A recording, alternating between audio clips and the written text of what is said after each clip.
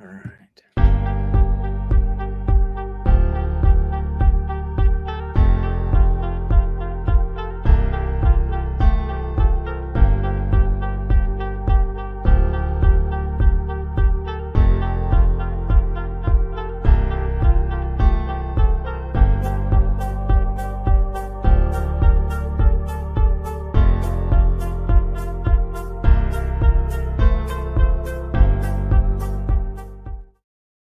What's going on, Benson? How you doing, brother? What's going on, man? How are you?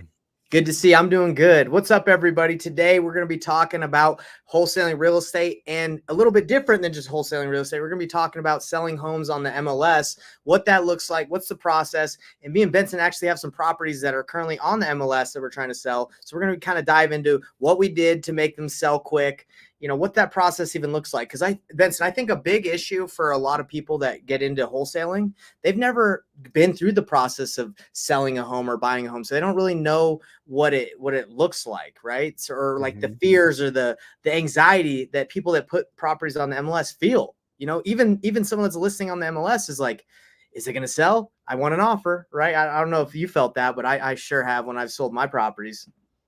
Oh, I have. And as soon as you think you've got it all figured out, like you're going to get uppercutted with some situation that's going to throw you off course. I've been in the business for 20 years, and every transaction I do, there's something new. And that goes for both on market and off market. But even on market, you'd think it would be they would have had it figured out already. But they don't. And there's always new things. So you really have to have a good agent helping you. Like that's one of the things that I think is key to selling something on market, is working with an agent who knows the business, but also one that knows investing, right? Wow. Working with an investor friendly agent is so important, in my opinion.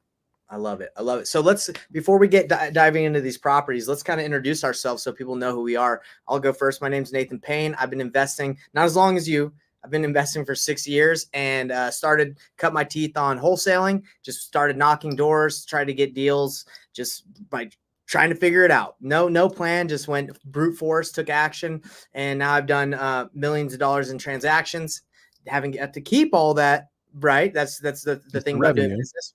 Revenue. I think a lot of people too, they're like, wow, you can make so much, and you can, but guys, remember, it's a business. There's expenses, but I've been doing it for a while. And my goal is to teach people how to do it, show people how to do it, and do deals with people, because it's fun to do deals in JV and work with people. So that's me. Benson, you want to let people know who you are? Yeah. Benson Juarez, real estate investor, podcast host, one of the owners of Privy as well. And I've been in the business for over 20 years, done hundreds of transactions on both sides of investing and in representing people as a real estate agent. I think the most deals, I was thinking about it, Nate, the most deals I ever did in 1 year is when I was doing both back in like 2007. And it was like 28 deals is the most I've ever done in 1 year. Oh, wow. And is that listing and flips? Is that like kind of combined? It was like listings, buyer, representing buyers, doing my own deals, wholesaling, flipping, like that many transactions in 1 year. So it isn't like a ton, but that was the best year I ever had. Well, this is the thing too, is like, I'd rather go for less deals, but higher payout, right? I think a lot of people, they chase after how can I do more and more deals? I think that's the wrong question. I think it's the wrong goal. I think you should just always be trying to do less, but make more, right? I don't know if you're on the same opinion as that, but I'm not looking to do 100 deals a month. That'd be a freaking heart attack. Yeah. I think the goal should be like a revenue number for sure. Right. And in most cases, especially with residential, it takes just as much work to do $1 million deal as it does to do a $50,000 deal. Right. And the revenue would be way different on those, likely because of the price point. So, once you cross over into more complicated deals, maybe like syndications or commercial or, large multifamily, like the complexity increases.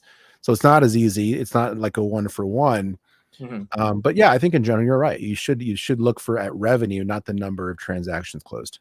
Right, right. Because a volume thing is there's a lot of things that can fall apart, in my opinion, when you try to do a ton, right? I would just get better at one thing and focus. But anyway, awesome to have you on here, Benson. And it's always a pleasure to collaborate and talk about real estate with you and just hang out, you know? So today, guys, what we're going to be talking about is the MLS, getting properties on the MLS. What does that process look like? Because again, a lot of us that are doing this probably haven't sold a house before or owned a house. That's okay. You can still be a real estate investor, get into the game without owning, but it's good to know that process. So when you're talking to a seller that's off market, you can relate and you can connect, right? Because if you don't know what you're going through, it's going to be really hard to connect. So today we're going to be talking about some properties that me and you have on the market. Benson, at the beginning of this call, I was telling you I'm moving to Canada. And it's exciting. I'm going to be doing deals in another country virtually in the United States. And the cool thing about it, Benson, is I'll be doing deals. I'm obviously American, but when the money exchanges to Canada, the dollar is a lot more powerful than the Canadian toonie or whatever they got over there. I think they have $1 too. That's how much I know about Canada. But anyway, You might want to figure that out before you move. The toonie or whatever they got over there. I think they just trade grain. Yeah, it's just I think like it's pounds wheat. of grain for property. Exactly. Yeah. But it's stronger here. So it's exciting, man. And you can do deals from anywhere in the world, right? That's what I love about this business. You need your laptop. A lot of people are like, hey, how are you going to do your job? Like, you can do it from anywhere. No one knows where I am right now in this building. It doesn't matter. That's the cool thing about this business. So I'll get started, Benson. Do you have anything you want to add before we get into, the process of selling a home, what it looks like? You have anything you want to get into the process? Are you going to start talking about your property first, or do you want to get into like, okay, what is the steps to getting a property listed? Yeah, let's talk about the steps really quick, and then I'll kind of go through my property, and then we can show yours. So when me and my wife, so we're moving, right? So we had to think about, okay, how are we going to sell this house? This is the thing that sellers are going through their heads. How are we going to sell? Not a lot of people know about the cash offer route. I would say most people, in order to sell their home, they think they need to list it. So most people, they're like, okay, well, how do I sell my house? You got for sale by owner, right? Let me just do it myself, or let me put it on Facebook Marketplace. Let me contact an agent. And I'd say that's the majority of how people sell their homes. They listen with a real estate agent. They now have these done for you brokerages, or these websites like Brokerless. They have a place called Homey here where you can do it for like super cheap, or you can sell for cash. And then you have like the creative ways that not a lot of people know about either, like rent to own. You can do that. You can sell it on subject to, like different creative financing techniques. But those, I think, Benson, are like what's usually going through people's heads is like, okay, what option am I going to go to? And again, 99% of people, I think, go towards the route of the MLS. What do you think? I think it's probably the case. I think when people don't list stuff on the MLS, it's usually for a reason. Like they're just too tight on margin. They don't have enough equity there to pay for the real estate agents. And in most markets, it's about 2.5% to 3% per side. So you're going to be anywhere from like 5 to 6% out of your gross profits going to come out at closing to pay for those agents. And in most markets, I think it's a good investment because you're putting that property in front of the most eyeballs. Exactly. And it isn't always you paying for the skills or the experience of an agent. You're paying for eyeballs. Agreed. I agree. I think it's they call it the ultimate buyer's list, right? It's everybody sees it. Like we listed our house yesterday, and within about 10 minutes, 289 eyeballs saw it, like within 10 minutes. So, and like a couple saves. That's how they do it here. They save if they like it, which is incredible, right? Like just within 10 minutes. And then we had a showing, 2 showings within, just a day of doing it. So, okay, so that's what goes through the mind. How am I going to sell it? Let's go through the route of the MLS. Let me put it on the MLS. So that's what they do. Now, that means I got to reach out to a real estate agent. And there's different types of agents out there. There's the ones that will do a flat fee. They'll just put it on the market and they won't do that much marketing for you. They're just like going to put it, and maybe you can even handle the calls. Brokerless does that. Or you can pay someone 3%, 2.5%. You negotiate. I think a lot of people go towards that, like a friend. They're like, oh, my friend, I've known him for a long time. I'll list it with him. my buddy that I've done a wholesale a lot of deals with, Nate Worth, and he said, "Hey man, I'll hook you up. I'll just do it for $2,000." And he's Nice. doing it, which is incredible. You know, we've done a lot of business together, so he's doing that for me. And you know, I have another rental that we're gonna do with him. But that's the next step, right? Let's get on MLS. We got to find someone to put it on there. Did I get everything, Benson, on that? Yeah, I think you're right. You have to really balance the route of going with a family member, somebody you know, and somebody who you think is like really seasoned and has a lot of experience, right? And they're not always the same. If you have a friend and family who's done a lot of business and you know they have, and they're willing to give you a deal, and you can actually, you know, put food in the mouths of their family, like that's the best thing in my opinion. But this is the revolving door, the real estate world is, and most agents don't make it. They actually fall out for some reason or another. And so I wouldn't just send business to your family member or your friend because you want to feed their family if you don't know that they can actually execute and get that transaction to closing. Because the most work for an agent doesn't happen before the house goes under contract. It happens after it's under contract. Yep. It's all of the back and forth with the title company. It's the negotiations. It's the amendments and making sure the paperwork is all in place. The inspection objection process is a freaking nightmare. I'm going through it right now.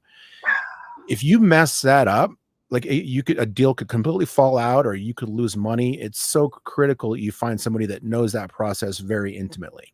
No, 100%. And I wanted to get to the next thing is, you said that a lot of agents, maybe there's a lot of real estate agents that have licenses, but you're saying a lot of them don't do deals or don't do a lot, right? Like a majority probably, it's like the 80-20 rule.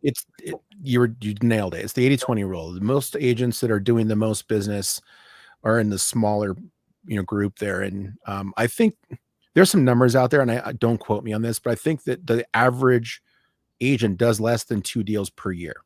So it's like 1 point something deals per year. I mean, yeah. I just said, you know, 20 years of experience in this business. Every time I do a transaction, there's still something new that comes at me. And without any of that experience, you wouldn't even know how to handle the majority of those things. So it's risky to just use the average agent. Agreed. Yeah. And that brings me to my point of, if there are a lot of agents, let's say they're representing buyers, if they don't do a lot of deals, let's say they do one a year, and you, on our commission, they're changing this right now where you can negotiate it, but we're just saying, hey, we're willing to pay 3% because we want to get as many agents bringing people through our property as possible. I don't know what you did on yours, but 3%. And that's because a lot of agents, if they have one listing a year or one listing every couple of years, I would assume a lot of them are going to not show a property if it's 1.5% commission or 2%, if they can just show properties that are 3% and make a higher commission. I think that's a big reason why they probably kind of change the rules, because they're probably being a little picky, but I don't know. But yeah, it's hard to say. Like, most agents have a fiduciary responsibility to their client, that they're there to represent their best interests. So if they're not showing properties because they'll earn less, that's a huge violation of their fiduciary responsibility, and they could lose their license for it, or at least get sanctioned or fined pretty big. Agreed. Right. So, but proving that would be difficult. Right. I'm assuming it happens, right? Especially if you get one every 5 years, you're trying to make, you know, they're probably thinking about that. They definitely are. And that's been a part of the discussion when the NAR lawsuit came down, where they were changing the way that the buyer's commission is structured. It isn't automatic in there. You have to negotiate it. That was one of the top things that people talked about is, okay, well, if we have a lower commission for buyers, like, are we going to get the full eyeballs, which we said was the most valuable piece of those commissions in the first place? It wasn't necessarily the skills or the experience of the agent, but maximizing the amount of eyeballs. And I do believe that there are some agents out there, whether it's consciously or unconsciously, they would prefer to make 3% on a deal than 1%. Right. Right. Yeah. Agreed. So the next piece after that, though, is once you find your agent, then you have to have a discussion about the listing, right? What are they going to bring to the table? So they do a listing presentation. They come to the house, they bring a folder, they bring all of their comparables, what they think the house will sell for. They're going to give the seller a range of prices. Here's the low price range. Here's the high price range. You know, is there anything we missed, right? Did you do any improvements that I didn't find in public records? Or did you finish the basement? Or, you know, did you add a deck to the back? Like, those things can matter. And so then they figure out a price, and then likely that seller is talking to more than one agent. So they're gonna have to figure out, okay, which agent represents me and my family's best interests? Which ones do I click with the most, right? You want to vibe Yeah. with someone that you're That trust, right? doing a big transaction with. And then you're going to weigh their experience, and then also the referrals, like who's referred them, how'd you find them? So all that goes into that, that process of trying to figure out who you're going to choose. Exactly. And then you pick the agent. And then at that point, there's some contracts that have to be filled out. And I will say that I'm assuming this happens with a lot of real estate agents, because I've given a lot of business to real estate agents. I'm not an agent right now. But a lot of the times agents will come in and they'll show comparables of what they believe the house is worth or what the data is showing. But sellers will be like, no, I think it's worth more. And sometimes it's a battle. The agent wants to kind of like get the listing and say, look, no, it needs to go here for it to sell. I've seen a lot of agents just like, just throw their hands in there like, all right, well, try what you want. I don't know if you've seen that, Benson, but I know I've seen a lot. It happens. Yeah. And Yeah, I feel it bad for those definitely agents, because if they don't get it, then the seller's like, hey, you're not good. It's like, no, I told you that it wasn't worth that, but they also want the business. So that's a dilemma I think I would have if I was an agent, is trying to give them the real data without them being mad at me, and wanting to work with me. But also winning the listing, like you said, right? So one of the main factors that a seller is going to consider is who's going to help me get the highest price. Right. So if you got a bunch of people coming through and you got two agents who just want the listing, and they'll just blow smoke up the butt of the seller and be like, yeah, you can get this max price, even though they know that, the comps that I'm using all have, one more bedroom, one more bathroom, they got a finished basement. And then they're just using that as, a false data point to prove they can get and then they can get the highest price. But then once they got the contract, then they can get in there and they can be like, oh, well, it looks like we're not getting the number of showings that we expected, or, the market is not doing great. Interest rates aren't good. So that's why it didn't sell yet. So we're gonna have to lower the price. And they're gonna lower the price to what the guy who was honest initially said was where the price needed to be. And it's just kind of, that's a big game. It's a big game. And that's not a game I would play, because it's the same thing when it comes to wholesaling homes, right? Like when you're talking to a seller that's off market, when you're direct to seller, sometimes you have those sellers that are pie in the sky. They think their house is worth so much, and you have the people that they go in and they just get under contract and try to renegotiate later, and they lose trust and it doesn't work out. I don't think that's the right business model. And then you have the people like me that showed the data and we say, hey, look, this is what the market's saying, and you lose out sometimes to those people go in and just tell the seller what they want to hear. But it depends. I would say you got to do business the right and ethical way, and you're going to win some, you're going to lose some, but I mean, at least you're doing the right thing. But I'm sure there are a lot of agents, a lot of wholesalers that do the other route.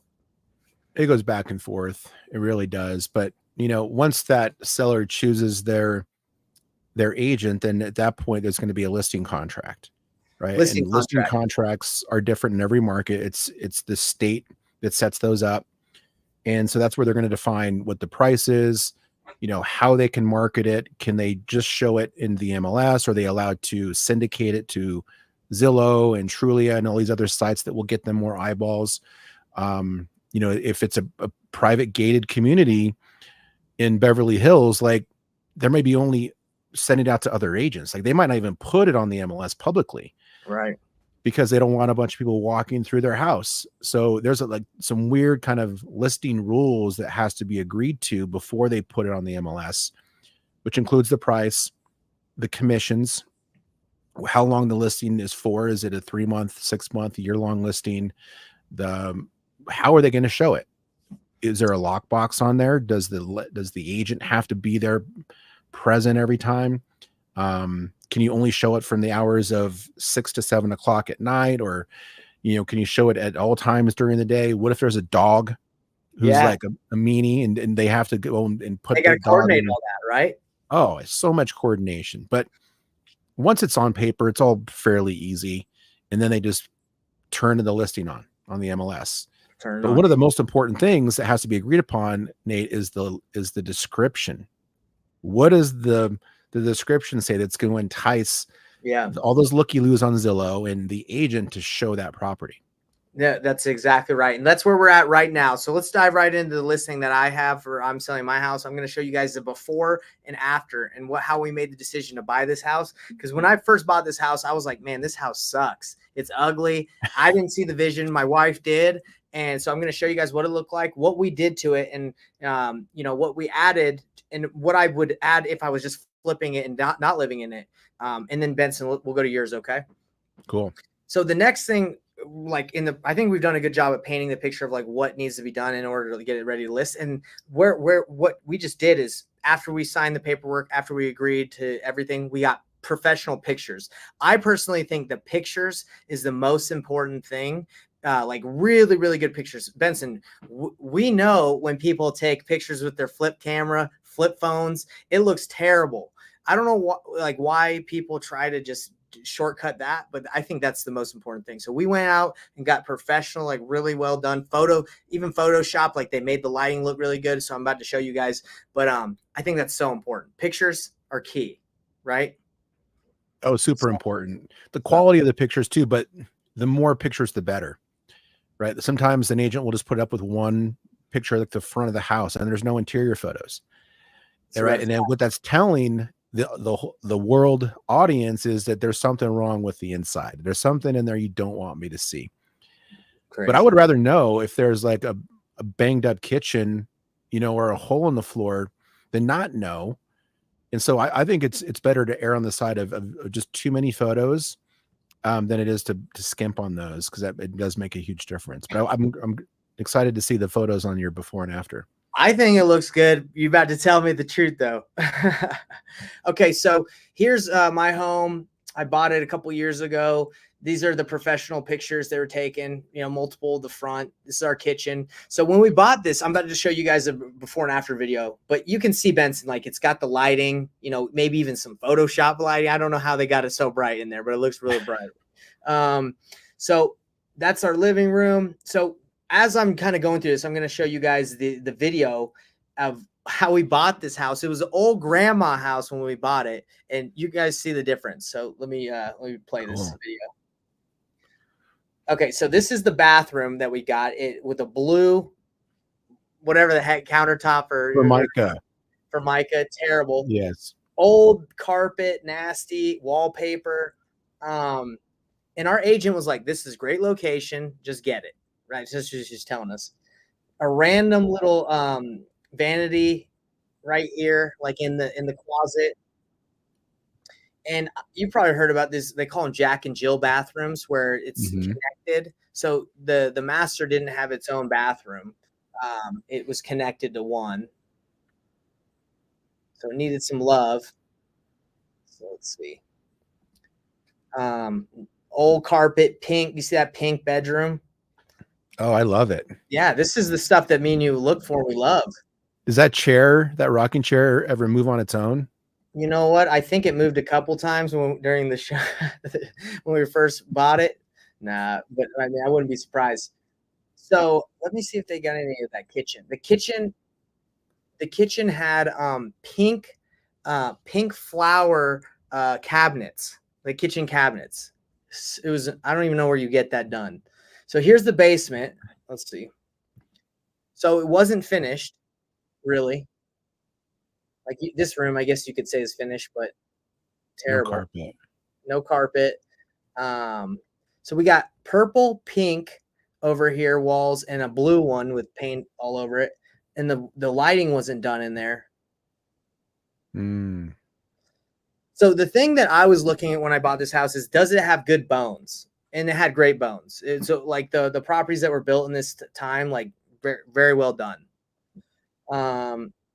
So I guess this was like their theater room. They got the TV and 2 chairs. Theater room. There you go. The windows are old. And then you're going to love this shower, dude. Let's see. The shower is gross. So old vanity. Look at that wood grain toilet seat. You got to love that. Yeah. Splinters on your butt. That's great. And then you got the mold coming in from the shower because it's leaking. Yeah. So not looking too good. You know, the utility room, carpet. Let's see if there's anything else. The backyard was pretty big, so that was cool. Yeah. Oh, yeah, that's a good Anyway, size. You probably got like, what is that? 12,000 square foot lot. you know what? I only know it by the like 0.3. It's like 0.3 of an acre. So that's how I know. I don't know what that is in square feet. But yeah, so the reason I'm showing you guys this is because this is what the property looked like when we bought it. Not attractive. Let's see if there's any. Yeah. So as you can see, ugly, yellow, nasty. That I just didn't think it was a good attractive home. But anyway, so what we did is we went in here and we took out the chimney, we redid the kitchen cabinets. We actually just painted the kitchen cabinets. We sanded off the floral and did new countertops. Let's see. This is the bedroom, as you remember from the video. The bathroom, what we did is the Jack and Jill. We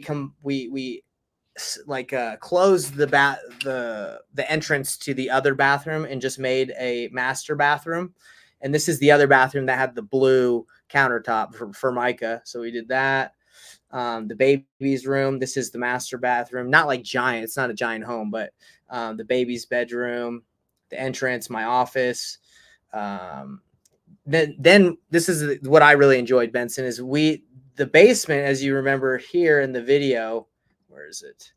That wasn't finished. What we did is we made a separate entrance for it, and then we made it into a mother-in-law apartment because it's just me and my wife, right? At the time, we didn't need, to live in a house up and down. We just rented out the basement.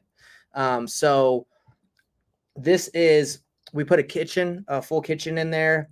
And these are renters. They're renting it out, and they pay for more than our mortgages. So we don't technically have a mortgage on the property because we're renting out the basement.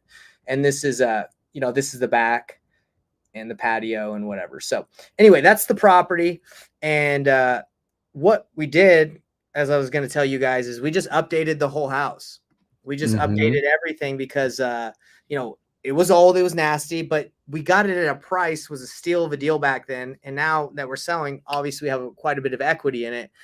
And now we're listing it, right? So I just wanted to take you guys through that process so you knew exactly what it looks like to buy a home, to fix it up, even while you're living in it. And then as you sell it, you have equity. And Benson, cross your fingers. Hopefully it sells quickly. Yeah. So you've got showings. Right. So the next part is like you're just waiting for those offers to come in. Yeah, that's it. And then you start negotiating them. It's so funny. So many people talk about Californian buyers. I don't know if that happens in your market, but they're like, oh, these Californians are leaving California. They have a lot of money. Does that happen in where you're at? They talk about that all the time here. Oh, yeah. We've got so many Californians in Colorado that come here for the mountains, and they come for the, the non-liberalism, right? We get a lot of Texans too, though. We got a lot of Texans that come up from that part of the country too. So, yeah, a lot of people love to live in Colorado. Well, so you're in Utah. I'm in Utah. You're in Colorado. It's interesting because I've always heard that they're leaving and they can get a home like mine, but it's like $1 million plus for a home like mine in a lot of the areas of California. So when they come and move, they have a bigger budget, right? And that's why everyone's so excited. Californians, they can pay more. They're raising up all the prices of real estate. Anyway, the reason I'm bringing that up is today our showing was with a family from California. And they were like, hey, we're actually leaving tomorrow, so we need to see your house like now. So it was like a quick showing, but it's just funny because I've always heard that. And I was like, yeah, psh. But I guess that's true. And they typically come armed with more cash too. Yeah. So they can sell a house just like yours in, I don't know, like San Bernardino. Right. And they'll sell it for $800,000. Exactly. And then they take that cash and they come to another market and they can buy something for half as much and get more. Right. And get a lot more, and they can come with cash. So they created a lot of bidding wars here in Colorado during COVID. Yep. Because they were all moving, and people were getting way more. And this was like a thing that was kind of unprecedented, that they would list a property and they would get bid up. So Yeah. list it for 500 and they'd sell it for 550. And that can be good for the seller, but not necessarily, because if that house doesn't have comps that say it's worth 550, then they either have to renegotiate the price and bring it down to where it'll fit the appraisal, right? So the lender will lend on it, or the buyer has to bring cash to the table. Exactly. They bring that extra 50 grand, hoping that, that the house is going to appreciate and they can recoup some of that out of pocket costs. But the game doesn't end when you put on the market, right? No. So here's what I'm going through right now. Yeah, Okay? let's hear it, because I just listed yesterday. So let's hear your scenario, your situation. And I hope everybody that's watching this, leave us some comments. Let us know what you're thinking. But this is important to understand. Again, the reason why we're going through this is it's important to understand this process of listing it. So when you do talk direct to seller and you talk about, are you sure you want to list it? You know what you're talking about. Because I think, again, before I had this process done multiple times, I didn't really know the struggles and the issues. I thought once you put on the MLS, you're golden. It's good. You don't have to worry about anything. That's not always the case. So Benson, can I share this screen? Can I share it? Yeah. Can you see mine? Okay, let's see. All right, here we are. Yeah, I'm sharing right now. All right, we can see it. Cool. So this is the house that is under contract. You see right here, it says pending, in St. Louis. All right. So let's look at some of the photo. Built in 1894. That was a while ago. Yeah. I mean, in this part of it's called South City. You can see right here on the map. Like, the reason why I chose this area is because there was a lot of fix and flips here. Of course, yeah. And so I was thinking of comps, right? Like what we talk about all the time when we're doing our wholesaling live is, go to where the comps are located, and then you'll have the comps that you need to sell the property. Perfect. So here is. Oh, what you did. That looks like you painted the front. That looks good. Yeah, I did. I went in, we repainted the whole front. And then here's like the access. We redid the deck, not the deck, but this is all got repainted. Okay. Then here's the interior. Ooh, that looks good. Was that the one that you were staying in for a little bit when you were in St. Louis as you're fixing it? Yeah, 9 months I was in this place. So I did a live and fix as well. And so I was fixing up while I was living there. How'd you like that process? Would you recommend it for some people? Do you not recommend it? I think it's great. I mean, you have to like working with your hands and not minding, living in a construction zone where there's sawdust everywhere and you might step on an occasional nail.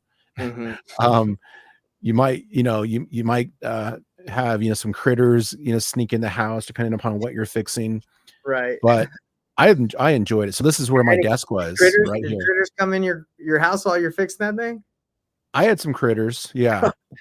It wasn't great. Oh gosh, that's crazy. So I sat over here, and then like right over here on the left where this chair is, and this whole wall was just all full of like tools and construction. And so when I was live, nobody could see any of that. Yeah. So it's got that cool wall. We redid the whole bathroom. It's kind of hard to see the bathroom from there, but they had a home built in. So we ripped all that out. Obviously all the paint's new, all the trim is painted. Great pics, by the way. This is looking great. Yeah, here's the kitchen. We didn't do much in the kitchen at all. We just painted and cleaned it up. I had to put a new microwave in, but all the decorations. Nice. And then I set it up as an Airbnb, right? Yeah. So this was earning me money while I wasn't living there, but while I was living there, I was saving on rent, right? So I didn't have to go rent another place out while I was doing this. So that saved me, over $2,000 a month for those 9 months. That's almost $20,000 net gain for me because I wasn't renting. I love it. So this is the back room. And actually this back room wasn't, see this closet right here? That wasn't there when I bought it. Okay. So I actually hired a contractor to come in and build a whole closet unit out, which now turns it from a 2-2 into a 3-2. Which would you say that increased the comps and what you could sell for by adding that bedroom? Yeah. So important. So this is the upstairs. This is the master bedroom. I love that exposed brick. Did you mean to keep that just for like Yeah. this fix? That's nice. Yeah. So this is the second bedroom upstairs. This is sweet. Yeah, I redid the bathroom and everything, laundry room. That Looks was good. a work in progress. That was a disgusting. And then here's the backyard. I cleaned all this up, planted these trees, this is all dirt. So we put this pad in with all of this rock, and then I put like a sand pit back here. That little tree died, but and then I went and got this. I would say landscaping is pretty pivot, like pretty important for getting as much as you can too. Like if it looks good on the outside too, that's great. This Yeah, looks good. and then it has this off-street parking. This gate opens. So this huge swinging gate, so you don't have to park on the street. What's the square footage of the property? I think it was 1900. It's nice. 1666. Seems bigger than that. Yeah, it feels bigger than that for sure. Yeah. So here's the before. So the before wasn't horrible. So this was what I would call like more of like a lipstick Right. type flip. It didn't require a lot of construction. Which is important, right? Once you start getting into construction, that's when your budget starts diving. And you start a lot. So here's that back room that didn't have a closet in it. So, you know, I didn't have to put a ton of money into it. So got under contract, 220. I bought it for 150, you know, real basic reno. And also, like I said, about $20,000 worth of net savings on rent as well. Yeah. That I count in there. So it came out pretty good. That's amazing. Wow. That's it looks like you did a great job. I really like the way it looks. How were the did you get quite a bit of offers on it, or did it move quick, or tell us about the experience with it. Yeah. So let me stop sharing real quick. We're under contract. We're set to close on the 17th. We went back and forth on several inspection items. So we had probably 20 showings and 3 offers. Okay. So one was an out-of-state buyer from California, another one, and then the other 2 were local. The current buyer looks like they're going to use it for a short-term rental as well. So they understand that market. Right. But we had discussions about, you know, paying for tuck pointing because there's a lot of brick in these old homes, so that can get expensive. The sewer, we had to get that scoped and, you know, and make sure that was all handled. And there was a couple other like miscellaneous items. So we ended up, you know, negotiating on some sort of a settlement. So we didn't have to, we could just keep them engaged. Yeah. But that process of going back and forth, like it's no joke, man. Like that's really where I think an agent earns their commission, is during the negotiation process, the inspection issue, handling of that, and then making sure the title company has everything they need to push this thing to closing. And so now we're working with the title company to set up closing and get closing docs set up. And actually they want to close early, so there's a good chance we'll close next week. And that's amazing. And it's been vacant, correct? Like while this has been going on, or until you moved, during the showings and stuff. Before that, it was an Airbnb. Okay, Airbnb. Okay, awesome. Well, I hope it goes well. And I think it's really important that you tell the the audience like the truth, and you did. Like, it's not always easy, and you need an agent that's experienced. Like, could you imagine if you got someone just graduated from, they're getting their license and trying to deal with what you said, the back and forth negotiations probably wouldn't have worked out very well. It wouldn't have. And she knows that market intimately too. So there's stuff they do in St. Louis that they don't do anywhere else. So she's like, did you get your certificate of occupancy yet? I'm like, what the hell is that? And so we don't do that here in Colorado. There's no certificate of occupancy process. And the title company, they have a different set of rules, the way they operate in Missouri. So that was a learning experience for me. But I had worked with Nika before. She was an agent who would help me close several transactions before this, virtually from Colorado. But I found her with Privy, right? So I went in and I searched investor friendly agents, found her, and she helped me do several wholesale deals and buy this property the first time around. Awesome. So we have an experience together, and we have that trust built. So like I, I trust her to help me out when anything, comes up, whether it's the negotiations or she can go in and out of the property if she needs to. She referred a lot of my contractors to me, and It's huge. inspectors, and That's huge. all of like the people, the supporting cast, if you will, Hmm. the transaction came through referrals. So that's really helpful, especially when you're out of state. Oh, I love that.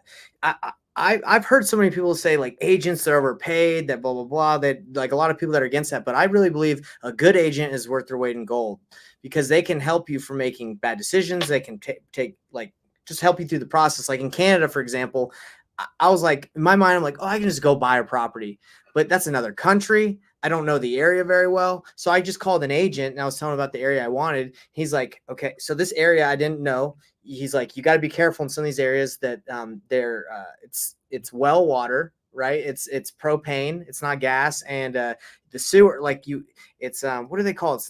It's not sewer. It's the one that's like you have to go get it sucked up, like by a machine, like a machine. It's what do they call that? Do you know what I'm A talking sump, about? a sump pump? No. Septic, right? Yeah, Septic. yeah. So it's septic out there. So I'm like, bro, I don't know what any of that is. Oh, okay. Right. because it's out kind of in the country where we're trying to move. So the guy's like, you have to be careful because some of the well water is bad. It's got some, like, you have to check and make sure that it's not low flow well water area where you're going to be running out of water because you're just in a bad spot. So, if you didn't have an agent, if I wasn't talking to someone that knew the area and the market, maybe I potentially make a bad buy. So I think it's, agents, people that understand their market and are masters of their area, so valuable, especially when you're buying real estate. So don't poo poo on agents, guys. They're necessary. I would say they're They definitely are, necessary. especially within the investing world. Right now, we're talking about your primary residence, but this is one of my, rental properties.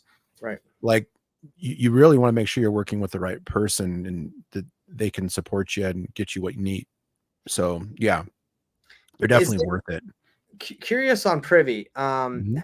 Can you explain to us how you found an investor friendly agent using the platform? I'm kind of curious because that would be, I think that'd be really useful for people to start networking with people with Oh investor friendly. yeah. Well, I mean, if anyone's watched any of our content before, you've seen us, log into Privy, and then you click that button on the left that says fix and flip. And then that shows you all the fix and flips that happened nationwide or in your target market. And then you just look at those houses that were flipped, and the agent that represents that second transaction on the flip is an investor friendly agent. Perfect. And then you could just call them, or you can do a search for absentee owners, and those are landlords. So there's agents that represent fix and flippers, and there's agents that represent people who buy rental properties as well. And they're both good, but it probably is good to get one based off of the exit strategy you're looking for. And if you're wholesaling, you probably want to use an agent who represents flippers, not landlords. I love it. That advice alone in this whole call that we've been talking, huge. Definitely networking with agents that understand their markets and that are tapped into investing, or with landlords, that you're going to get deals if you can get plugged into that. So awesome, Benson. We went a little longer than I thought we would, man, but I had a good time. I think we dived into some really important stuff that a lot of people probably don't think is that important, that are like trying to get wholesale, but this is extremely important. I would say you need to understand this stuff in order to really know what you're talking about and seem credible, and be credible when talking to sellers. Oh yeah. And partly because you just want to know the lingo and understand the process. But I think that probably most people who start off in wholesaling, that's not their long-term goal. Yeah. The long-term goal is to maybe buy their own house one day, or to own rental properties, or do fix and flips. And so if you can learn this process along the way by doing different transactions and, coming to podcasts like this and just kind of paying attention, then you'll start to connect the dots and things will start to make sense. And you'll be much more of a force to reckon with down the line when you're doing your own deals that aren't wholesale, and really understanding the whole process from beginning to end. Love it. Well, you guys heard it here first. You guys want to get into the game, just start taking action, but also dive in and listen to the content that's on Benson's YouTube channel, that's on our my YouTube channel. As we come out with stuff every week, and our goal is to give you guys free training, free information, so you guys can go out and take action. And don't be afraid. We're here to help out. So, Benson, I'm good. You got anything else to say? No, man. It's good to go. Thank you so much for having me. I appreciate everybody being here on all the different platforms. Please like and share this content with people you know. That really helps us out. And yeah, just keep an eye out for more engaging and interesting content in the future. Sounds good. Talk to you guys later. Peace.